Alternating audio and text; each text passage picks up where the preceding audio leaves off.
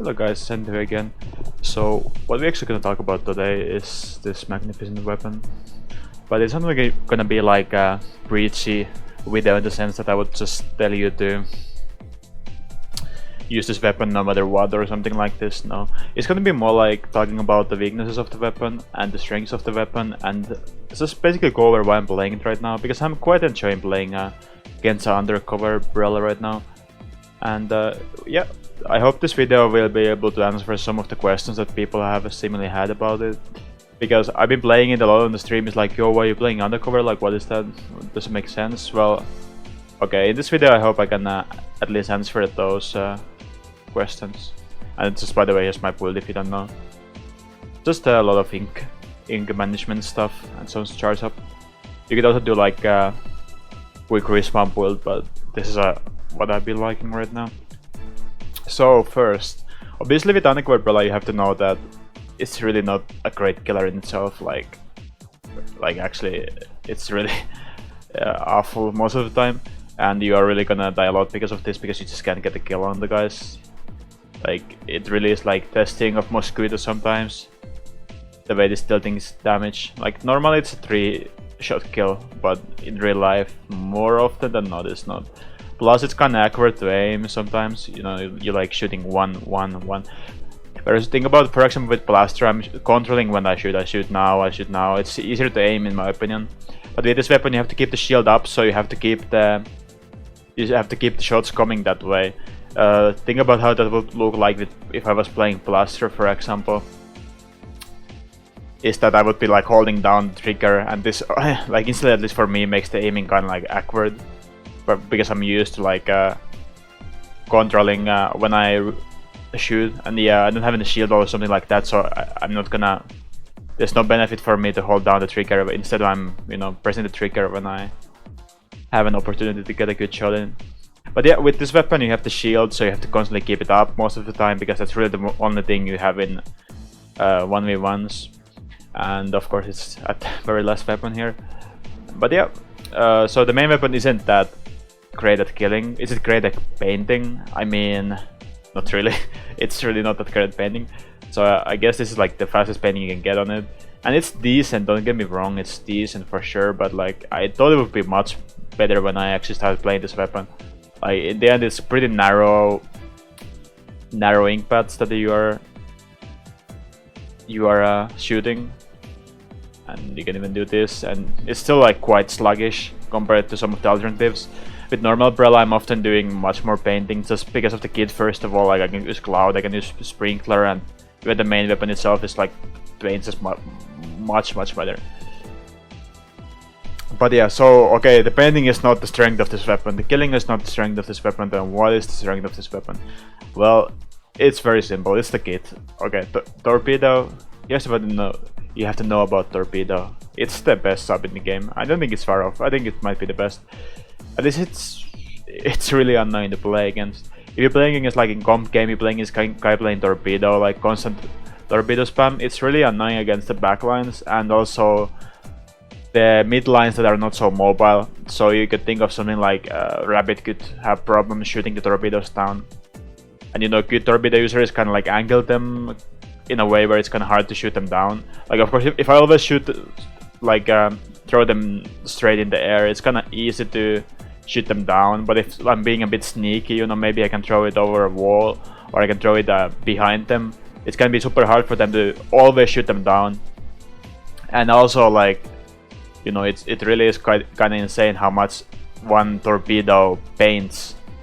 Like really, if you like, for example, okay, first of all, I'm painting my feet when I use Torpedo, but to me, this is some next level painting by Torpedo. And of course you can shoot them down, that means no painting. But just for example, like a suction, like Torpedo already like is doing a bigger area painted than suction, which is normally considered a really well painting sub weapon. And let's see if I have a good opportunity to show off the Sprinkler as well. Sprinkler also somewhat of a good painting the sub weapon, and you can see even Sprinkler, like, it's not more. I mean, Sprinkler is probably less. It's pretty close, but I think Sprinkler is probably less. So that's definitely one thing to keep in mind about Torpedo, is that they really pain like crazy if you're not keeping in mind about them shooting them down. And of course, you can't always shoot them down. Besides that, and we are scrolling towards the end again because it's a very last weapon. But yeah, not only does it paint well, it also is really like distracting for many backliners. Like if I throw a torpedo, okay, he has to shoot it down or he has to run away from it, basically, so reposition. So, and I can throw a lot of this. Like every time it explodes, I can throw another one, and it's like, okay, this is kind of like you know, this kind of playstyle can seem kind of boring, or like I don't even know how to describe it, like you know, not so, you know, high skill or whatever. But I think in many cases when you play this weapon, you can do a lot with, for example, think about this. I'm on tower, I'm playing tower, and this guy is defending. Sadly, we don't have any higher ground damage. Okay, we have this guy defending. So I can like play the tower, okay, the tower is going, and also at the same time spam torpedoes, make it harder for the enemies defending to keep the high ground. So that's, for example, one real life example where I found torpedoes really useful. And yeah, just the painting. I just think it makes it really easy for your frontliners to go in and get some kills. Like, I think this is the perfect kit to support strong frontliners if you have those in your team comp. And you know, of course, armor, I don't think I need to talk about that. That's obviously a strong tool for any frontliner. It's getting armor. One of the fastest armor in the game with 180p. But you know, I don't think armor is really all about this kit. It's all about torpedo, and armor is really nice for it though. Don't get me wrong. Armor really makes this kit, but to me, torpedo is the secret why this weapon is so strong, in my opinion. And yeah, in West, I don't see so many comp players play this yet. There's a couple that I've been seeing. In Japan, even in some tournaments, you've been seeing like winning comps that have that Kensa Undercover in the very high winning teams. And I think it makes sense if you're playing it correctly. Personally, I'm still learning it a lot. Like I feel like I could be getting a lot more kills if I know how to play it better. But yeah, you also have like Splatoon Junior that I want to get more into. I think it's really interesting. I think it could be strong.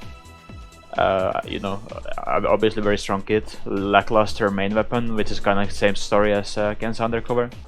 But yeah, hopefully this video gave you some idea of what I think about Kensa Undercover. And you know, why I'm playing it. So personally, like, I think it's strong. I don't think it's, you know, the one true meta and nothing else flies. No, I think it's one option. H3D is probably the best all-arounder armor support weapon right now, but Kensa Undercover can be really good in some positions, some situations. And yeah, for me, I wanna keep experimenting with it. I really like playing with torpedo. It's really fun to, you know, distract enemies. And also, I forgot to say, but in 1v1s, it also gives you one more tool just to, you know, throw a torpedo, go in, and you can get a kill when they are distracted by the torpedo or something like this. It works quite often like this. So yeah, for me, I'm gonna keep experimenting with it. So hopefully, at least this video give you an idea of what I'm thinking right now. And yeah, if you have any comments, then feel free to leave some. And yeah, thanks for watching. See you guys next time.